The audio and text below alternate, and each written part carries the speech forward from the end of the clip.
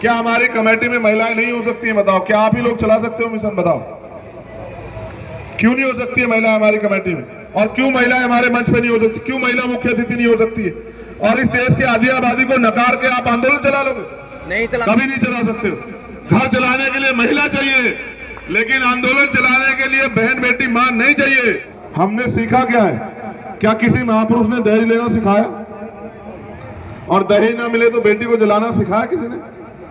हमारे महापुरुषों ने तो कहा कि महिला ही उन्नति का मार्ग है। जिस समाज की महिलाएं तरक्की करेंगी वो समाज तरक्की करेगा। आप बताओ, हमारे कमेटी के लोग बताओ मुझसे, क्या हमारी कमेटी में महिलाएं नहीं हो सकती हैं? बताओ, क्या आप ही लोग चला सकते हो मिशन? बताओ, क्यों नहीं हो सकती है महिला हमारी कमेटी में? और क्यों महिलाएं हमारे मंच पे नहीं हो सकती? क्यों महिला मुख्य अतिथि नहीं हो सकती है? और इस देश की आधी आबादी को नकार के आप आंदोलन चला लोगे? नहीं चला, कभी नहीं चला सकते हो। घर चलाने के लिए महिला चाहिए, लेकिन आंदोलन चलाने के लिए बहन बेटी मां नहीं चाहिए। और फिर उनको तैयार भी नहीं करेंगे। उनको एक चीज सिखाते हैं। कल मैं आगरा में था, हमारे एक सीनियर साथी मिले, कहे कि ये बेटी है, अब ये पढ़ाई इसकी पूरी हो चुकी लगभग। तो मैंने कहा अच्छा, कि इसके लिए लड़का ढूंढ रहा हूं। तो मैंने उससे पूछा कि तुम्हारा मन है भी शादी करने का? तो उसने कहा नहीं भैया। तो मैंने कहा इनकी बात सुनना, तुम्हारा भाई खड़ा है तुम्हारे पीछे, जो मन आए करो।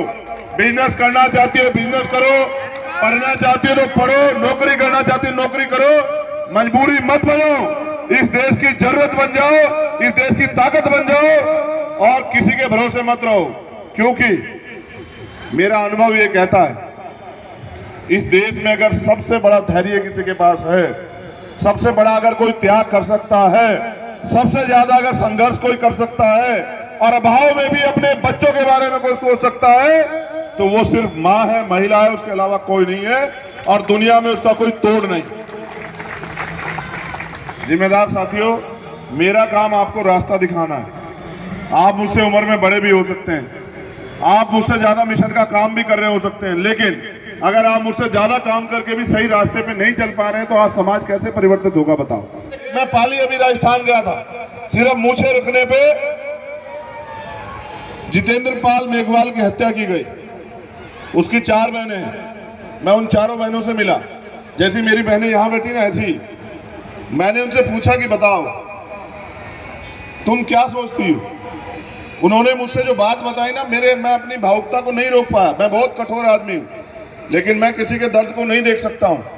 मुझे तकलीफ होती है, क्योंकि मैं समाज को परिवार मानता हूं। जब मैंने उनसे पूछा कि बहनों बताओ, तो उन्होंने मुझसे कहा कि हम आपको नहीं जानते थे, वो जितेंद्र हमें दिखाता रहता था आपको, उसने मूछें रखनी आपसे सीखी।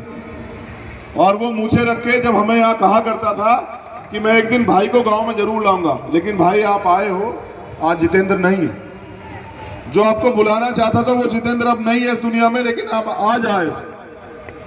मैंने उनसे पूछा कि तुम्हें यहाँ गांव में कैसा फील होता है?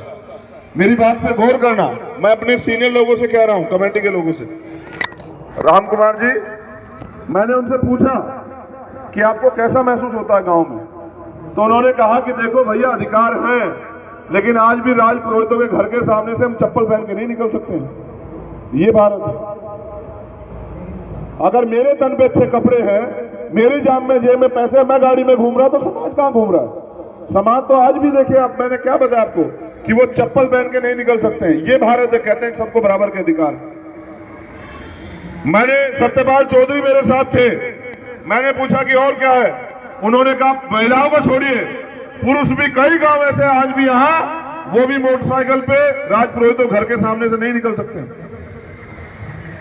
और मैंने खुद देखा, भारत की सर्वोच्च सेवा है सिविल सर्विसेज। एक आईएएस को मैंने खुद देखा कि उसकी बिंदौली निकलनी थी बारात घोड़े पे, उसके लिए सुरक्षा की व्यवस्था करनी पड़ी। ये है राजस्थान, और यही हमसे बहुत करीब है, 200 किलोमीटर पे। और हम कहते हैं भारत बदल गया, नहीं बदला है। आपकी सोच बदल गई है। आपको लगता है कि आप बहुत सबकी सेवा करते रहेंगे, वो लोग आपको गले लगा लेंगे। बिल्कुल नहीं लगाएंगे। उनका एक ही धर्म है, आपको नीचा दिखाना और आपको झूठा कमजोर साबित करके आपको सिर्फ और सिर्फ अपमानित करना। अपनी लड़ाई को समझो। जब तक आप इकट्ठे नहीं होंगे, जब तक आप अपनी एकता नहीं बनाओगे, कौन सा भ्रम में, कौन सा अहंकार भाव है क्या तुम्हारे पास जो तुम घमंड में हो, एकजुट नहीं होना चाहते हो? क्या है आपके पास? बताओ। जैसे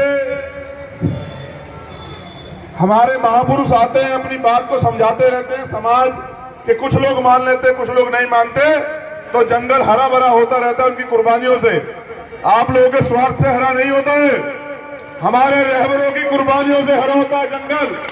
जैसे बाबा साहब अम्बेडकर ने कुर्बानी दी थी, तब हमारे तन पे आज कपड़े हैं और ये मंच सजा हुआ है। हम लोग जयंती मना रहे हैं, उन्होंने अपने 4-4 बच्चे कुर्बान किए। एक बच्चा आप अपना समाज के नाम कुर्बान नहीं कर सकते हो। ये फर्क है हमारे महापुरुषों में और हमारे आम लोगों में, ये है उनकी सोच का फर्क।